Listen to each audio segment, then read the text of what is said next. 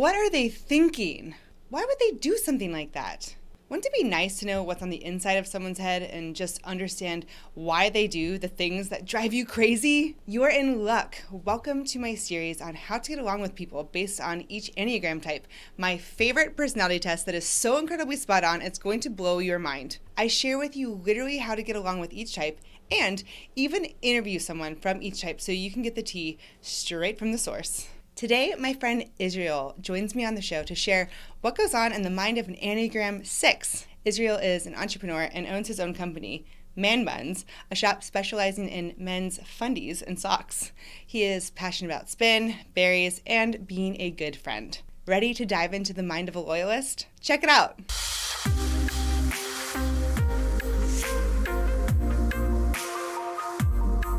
Hello, Israel. Thank you so much for being on my podcast today. Thank you for having me here.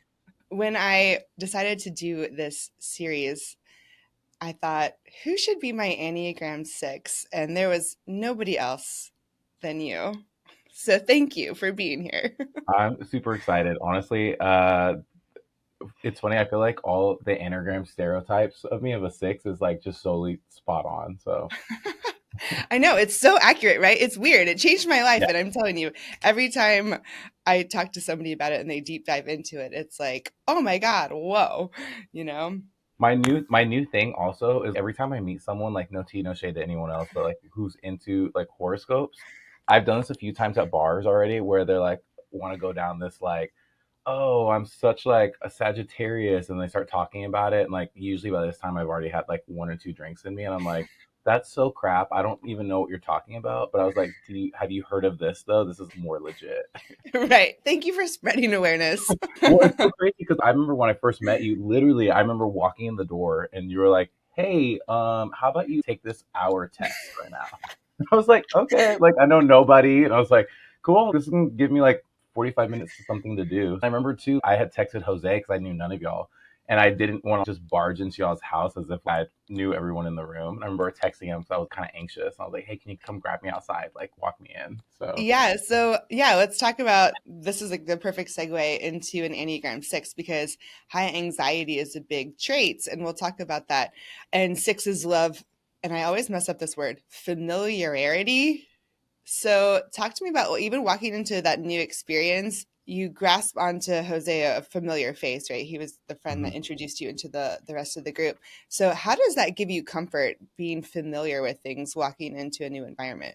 it's crazy because I feel like I balance this line of being like a go-getter and also kind of risk-taking because I have to be like being a business owner. I can't just be 100% scared to not take a risk, but at the same time, I'm like clinging on to what I know because my day-to-day life is very structured. It's like pretty much I wake up, go to work, pick up Starbucks or make myself with the same coffee, do my same 9 to 5, and then depending on the day, like on Mondays, I love to go to Barry's, spin, talk to my best friend on the phone. Like it's all so structured. So the moment that I get something that's outside of that, I'm like, oh my God, I have to figure out how to make whatever work or rearrange it so that way I'm not losing part of my self because also my life is so structured that I'm like, okay, I can't like mix things around. So but even in this scenario with the Jose, when Jose brought me into this friend group, I was kind of fading out of a different friend group for the most part. And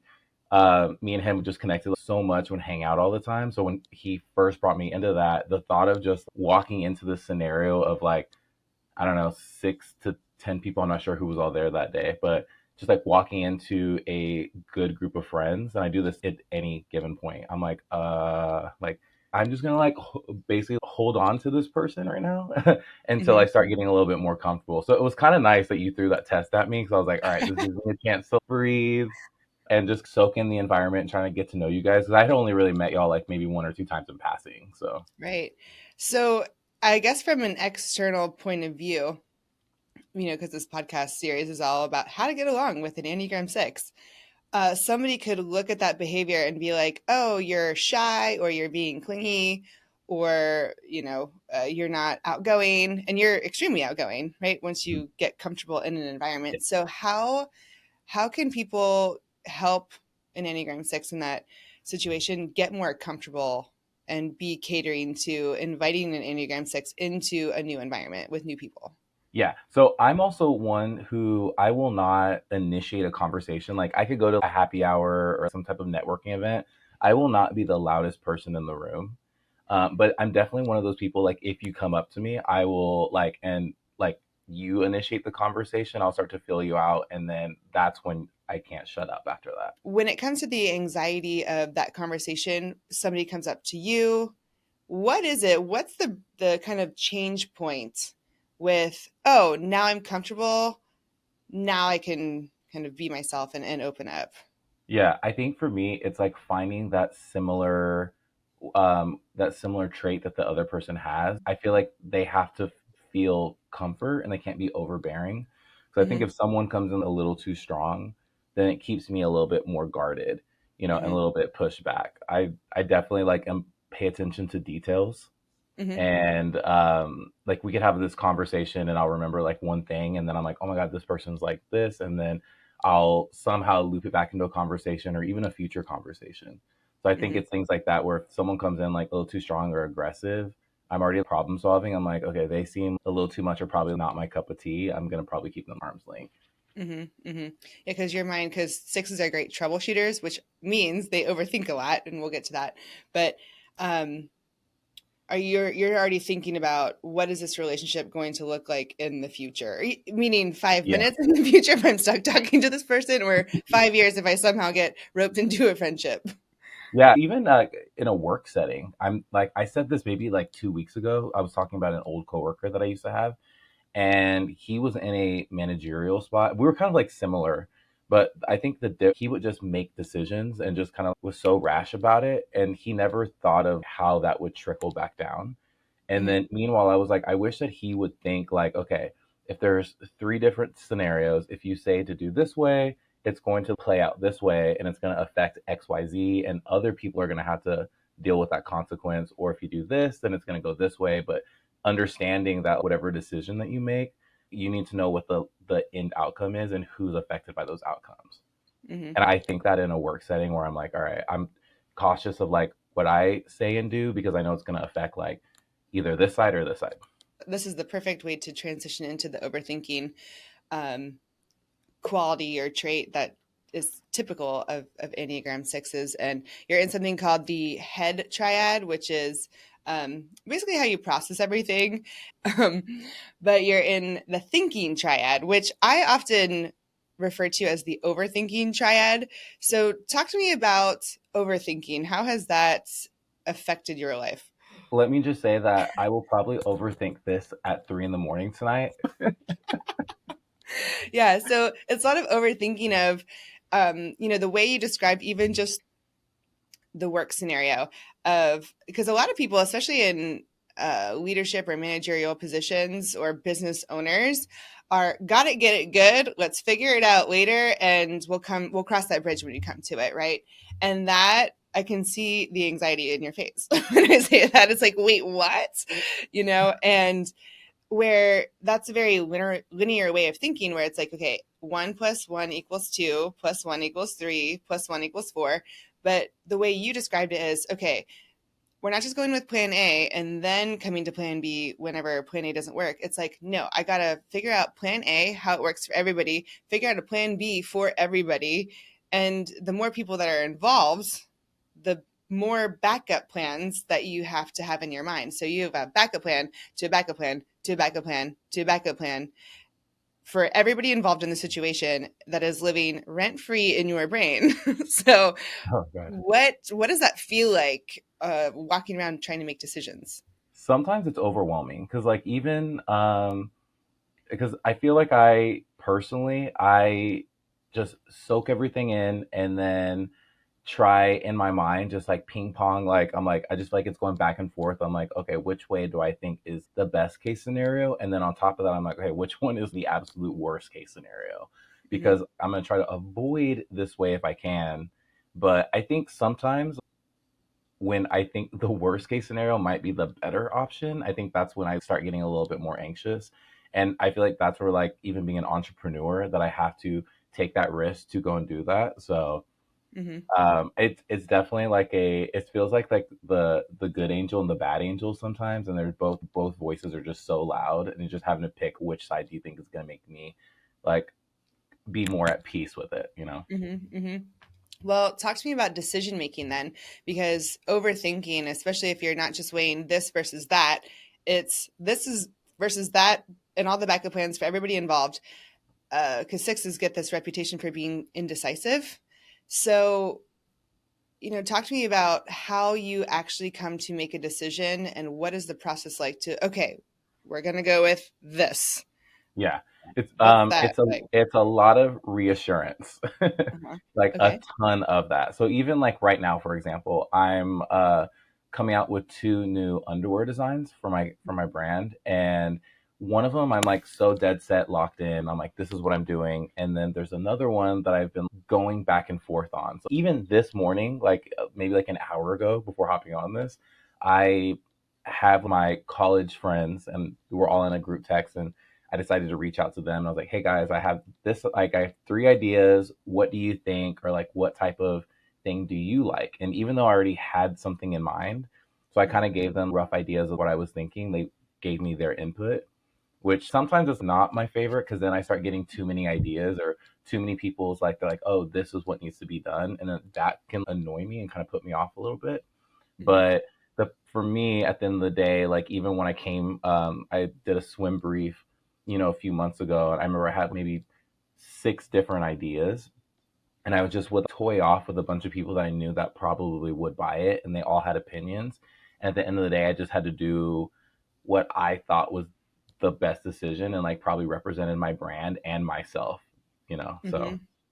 it Yeah. takes a So while to how? get to that decision.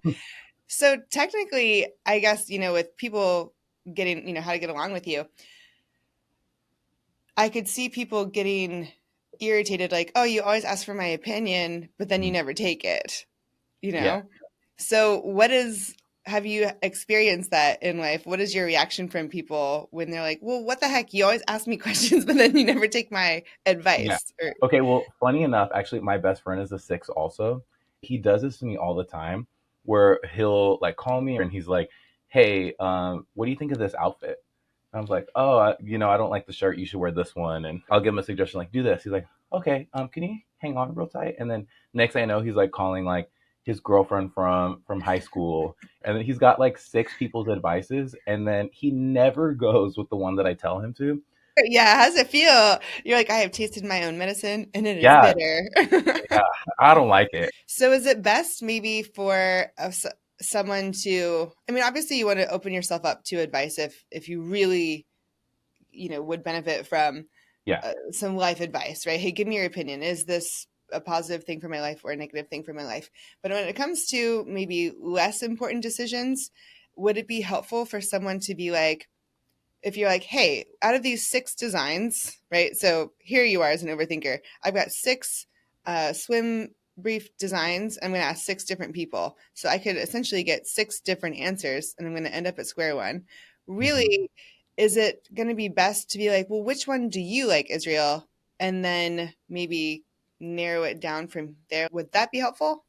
Yeah, I try to at the beginning, like, I try to like I'll come up with like let's just say the six, right? And then I'm like floating with these ideas and I'm thinking like, pros, cons, I'm trying to like mentally see it. And then usually by the time if I decide to move forward with, let's say I'm like, okay, let me see them as like samples because that'll make all the difference seeing how it's actually made. And the moment I see the sample, I'll usually eliminate one or two. By that Mhm. point, I'm like, it doesn't look as cool as it did like in my mind, or and then I'm like, okay, so these two are gone. And usually I'm down to like two to three by that point. So then that's when I start reaching out to other people because I'm like, let me just kind of like A/B test them and see which ones like they're Mhm. more leaning towards, and then I'll kind of just assess from there. Yeah. So let's just say I'm just gonna use the colors like black, red, and green. Mhm. You love the red, and you ask three people, and they all like the green. What would you do? I have to, especially in this scenario, have to take my brand into consideration because my Mhm. whole thing is find your fun. Yeah. So I probably would had been least likely. unless I got an overwhelmingly like everyone's like, oh, do black. I'd be like, oh, okay. Like it had to be like maybe 15 people tell me that like do Hmm. black, and I probably would have done a little Instagram close friends poll at this point. So really, it's not a really a which one do you like, but it's a convince me why my first gut pick is a bad idea or like a good idea, like reassure Yes, me. yeah, it's definitely the reassurance part of it. So I'm asking you for your opinion, which is really just reassurance because I consider you a really important person in my life. And where does that loyalty come into with decision making? Because I'm assuming you're only asking people who you feel extremely loyal to. Yeah.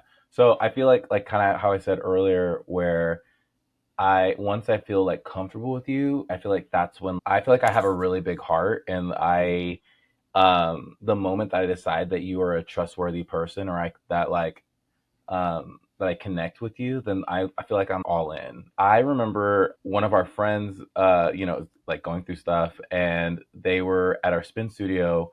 They were going to have this benefit ride. And it just so happens that our friend has the same name as somebody else, but they're like, hey guys, we're going to have this charity ride benefiting, this person. And I was so hurt by that I was finding out through all my spin peers. So I'm like, okay, that's so weird to me that my really good friend has not reached out to me to tell me about this charity ride. Like, why would he not? Because I'm like, we hang out outside of this studio. We talk outside of the studio. I've known you before the studio. I remember my feelings were so hurt that day. I remember I came home. I was so upset that I basically had to find out through other non-relevant people to the story. Meanwhile, I didn't know that this other person who was actually hosting the event was part of some organization and was trying to raise money for it for the same type of situation. Yeah, So it was a happenstance that they had the same name. I was like, man, I felt so hurt by that. I'm sorry, I'm like so loyal to you. I felt like that was such a distrust to me. So for like 3 business hours, I was just like so upset. I was like, mental note, cannot trust him. And then after Yeah, I found out that like it wasn't him, I was like, so sorry for the things I thought about you in my head. right. So let's talk about that. So your overthinking mind, right? So let's add in the overthinking on top of the loyalty. It's like, where did your mind go? Like, were you just like not even friends anymore? Were you like, oh my God, what did I do? Or like, where did I mess up? Why is he mad at me? You know? So my first reaction was, we're not as close as I thought we were. And I Mm. was like, oh, okay, I'm gonna take a step back. So how do you get over that? Because here's what happens: feelings, right? Because the feelings are real. The Yeah, scenario, actually is not, right, which you found out later. But the feelings are real, and they actually stay like stored in your central nervous system, yeah. um, especially if it happens repeatedly.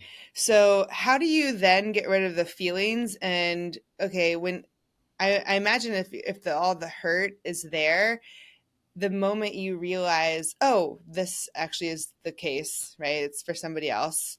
Yeah. Um, and you do realize that, and there's a bunch of relief there. But do you ever find that those feelings linger and it's like, oh, well, that wasn't real, but the hurt's still there? Yeah, sometimes. I think it depends on the scenario, because in this scenario, I think where I was thinking like, okay, we're not that cool, like, whatever else. I think when I found out that that wasn't the case, I was like, oh, I can breathe. Like, but Mhm. I've also felt like I've had a similar situation with someone else one time, that where I found out things about a close friend through somebody else because that someone else told them about that. And then Mhm. I remember in that moment, I was like, no, you're wrong. Like telling that person, like I was like with my whole chest telling that person that they were a liar. So I was like, Yeah. there's no way that this person would not have not told me this, or whatever the story was. And then afterwards, I remember I was casually talking to this friend, and I was like, so and so said this, la la la, and like, but don't worry, I stood up for you. And then it was like 2 hours later, they were like, well, also, I was like, oh, okay, wait a minute. You're So those things, loyal to a fault. yeah, I was with my whole chest was like telling that person that they were a liar. Then I was like, A, B, C, D, E, why they're a liar, like to their face. And so bad. And then in that scenario, that hurt stayed a little bit longer than the first one, like the other Hmm. story, because I in that scenario I felt very like I was like, dang, like, why wouldn't you like open up and tell me that? We talk so much, or we're close. And then I was like, I hate that I had to find out through somebody else because of like how high that I keep you in my life. So I felt like Hmm. after that, I felt like I brought that person down a peg. I was Hmm. like, okay, well, I'm gonna not share these type of things with you anymore because you're not sharing these type of things with me anymore. Hmm. So let's get into that because that's a really interesting point because the Enneagram 6 is in something called the harmonic group, which is basically how you respond to conflict or difficulty. You're in Mhm. the reactive group Oops. where you have very strong reactions and you also want strong reactions from others. Yeah. So when I say that, what pops into your mind? And we'll dive a little deeper into it. So I will make a rash decision or an action, and it's probably not warranted. I think it's basically just me reacting off the cusp and maybe an extreme type of way. And then I think when something happens to me, it feels more rewarding when someone gives me like a warm like reaction to something that I'm presenting to everyone. Just recently, we both won that Outsmart Gay and Greatest awards. So I'm kind of expecting that reaction, like, "Oh my god, congratulations!" and a hug and a whole like the whole thing. And then when I Yeah, don't get it from someone, I'm like, "Oh, okay." It's like, why didn't you like text me on the side or something like that? That's weird. right. Is And that right? Or I remember we talked about just close relationships that you have because you are so loyal and you care so much. Um, you do so much for others. You kind of set that as the bar, like, oh, this is a way to show love, Mhm. right? This is how I show you that I'm trustworthy and that we have rapport and that we are very, share equal thoughts about each being important in each other's lives. So that's kind of the bar that you set. So when you don't get that in return, it's like, oh, wait, it's not that you don't love me. It's just that you react differently to me. And if I understand that, then I'm just going to say, oh, that's how you do things, not you don't love me, you know? Yeah. Hmm. I was once in a relationship, and they had told me that I don't show enough emotion, and I feel like now I just throw out like my love, my anger, my anxiety, like all of it. It's just all there. Like I feel like I do not wear a poker face well, like at all. Yeah. So it's like if you Well, do something that I find triggering, you'll see it on my face immediately, exactly what I'm thinking, and then I'm thinking about you knowing that I'm like, oh god, they know. what type of people do you find, are there characteristics or traits that you find really important in a relationship in your life? Like I always or typically tend to gravitate to people who are what? Yeah. Loyal. Definitely loyal. That's like probably number one on my list. Is like I have to make sure that I find you trustworthy, and that I think that you have good intentions. Because the moment Mhm. I think that you don't have good intentions, I like cut them out of my life like immediately. What other qualities do you like in people? I like for somebody to push me, like someone who's a little bit more outgoing, who can push me out of that comfort zone. Because, like I said earlier, it's like I'm so used to a structured thing. I also love people who are like minded like that as well. I admire that trait about them, to Hmm. push me out of doing something different that I probably normally wouldn't do.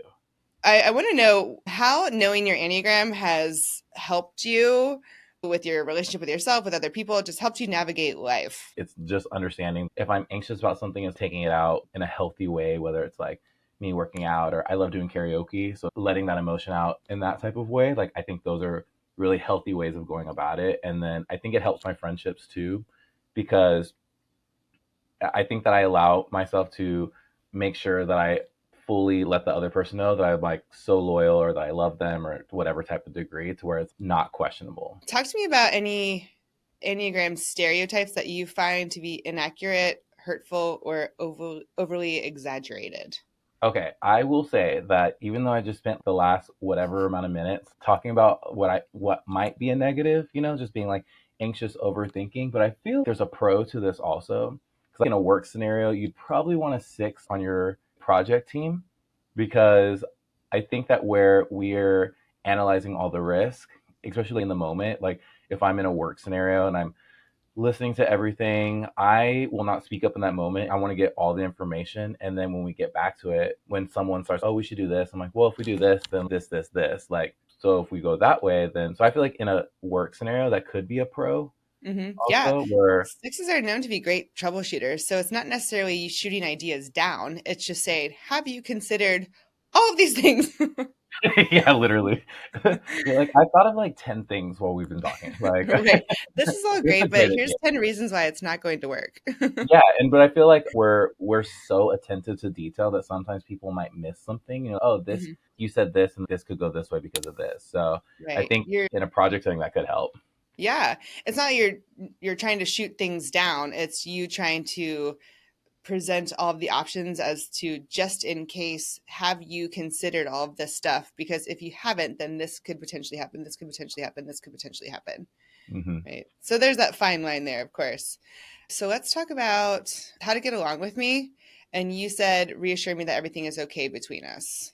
Yes, So 1000%. Yeah, because I feel like if I get a weird vibe, because I feel like I run off of a vibe for the most part with people. So the moment that I start to get like something's off, I'm like, oh my God. And then I'm starting to replay the conversations or the hangouts that I've had with somebody. If I'm starting to feel off, sometimes I'll just throw it out there. I'm like, hey, are we good? I'm like, mhm. yeah, yeah. I'm like, okay. And I'm like, all right, cool. Like, I'm gonna take your word for it. And then Yeah. if it starts getting, I'm like, are you sure that we're good? They're like, yeah. I'm like, okay. And then I'm fine for the most part. But I think that's the way to keep me happy is because I'm like, where I throw out my like, where I'm like, oh my God, I'm like your ride or die. Like all my Mhm. friends ride or die. So I think if you tell me that we're all right, if I'm starting to feel weird, then that's when I'm like, okay, then because I won't think it just like wake up and just like, oh my God, Meg's mad at me. Like it Mhm. has to be just like I'm running off of like that was kind of weird. And then I'll start accumulating the weird things and I'll just flat out ask. And then if not, then I'm like, okay, then we're good. Right. Okay. And that makes sense because if you are such a troubleshooter and you think about, okay, all these things that could have gone wrong, on the other side of that, it's like, what did I miss? Right. Yes. And it's like, ooh, what did I miss? So tell me that we're okay. And probably the other person is most of the time unsuspecting and has no idea. So have patience with that, would be a great tip for people to get along with the six. And then what you like about being a six goes back to that loyalty you said, being committed and faithful to family and friends. So why is loyalty so important to you? You know, I just felt like I always grew up and my parents always told me like, family first. I felt like I was always given this love and my parents like growing up spoiled me with love essentially. So I Mhm. felt like I grew up in this like Disney Channel type home where it's this picture perfect scenario and I feel like my way of showing people that I care is almost giving that back to other people. So that's satisfying to me. Shower my friends with love and support that makes me feel better. Not to toot my own home, but I feel like I'm such a great gift giver because I pay attention to details. So Yeah. I will run with like one thing that you told me. Okay, what would be really cool, but like kind of unique, but something that I know that they would enjoy. So In reverse scenario, when somebody takes one little detail that you said and gives you a very thoughtful gift, then that's very meaningful to you. I oh, assume. 1000%. Because then I'm like, oh my God, they're listening to me. That feeling feels reciprocated. Even though I don't necessarily need that from somebody else, it Mhm. still feels great when I'm just like, oh my God, they paid attention to detail. Like, I love that. Like, that made me feel happy. So, is there any advice actually you would want to give to a fellow six? It's okay to, it's okay for you to think that it's not okay. You know, you're gonna come to whatever answer decision that you think best fits you and your decision that you're trying to make or whatever you're trying to do. But at the end of the day, like it's not that deep. Whatever it is, it's probably not that deep. Hmm. So just keep it pushing. Any last piece of advice that you want to give people for how to get along with an Enneagram six? I think just not being overbearing to them between like the constant reassurance and then the self doubt. I feel like our minds are always going. And I think you just being a safe space for that person and not making them feel like they're annoying or like manic or whatever. Just Hmm. making sure that they feel comfortable around you because that they're probably going to reach out to you for some type of venting. Whether it's like venting their feelings or venting an idea that they have or a decision that they're trying to make. I think that just making sure that you just listen and pay attention and Hmm. reassure them that you're like, okay, it'll be fine. So Yeah, hold space and maybe help them get back to being present, right? Because the mind's Yes, always, because we're operating in the future. right. You're not here. You're 10 minutes from now, 10 years from now. Basically. Well, thank you so much for being on the show. I hope that this helps all the Enneagram Sixes out there and all the people who are in relationships with Enneagram Sixes. So thank you one more time. And I really enjoyed you being on the show. Thanks for having me. That wraps up How to Get Along with an Enneagram 6. I hope it was helpful and gave you some insight into the mind of someone who you love. To listen to the entire episode along with more episodes on Enneagram 6s, check out my podcast. It's streaming on all major platforms and it's linked right in the bio. Be sure to send this to your favorite Enneagram 6 or someone who you know is in a close relationship with a 6. And if you loved today's episode, please follow, subscribe, or leave a review. These things really do help the show grow so much and allows me to continue to get awesome guests and episodes out for you. And of course, if I could leave you with just one thing, it's this. Expect good things always, and they will happen.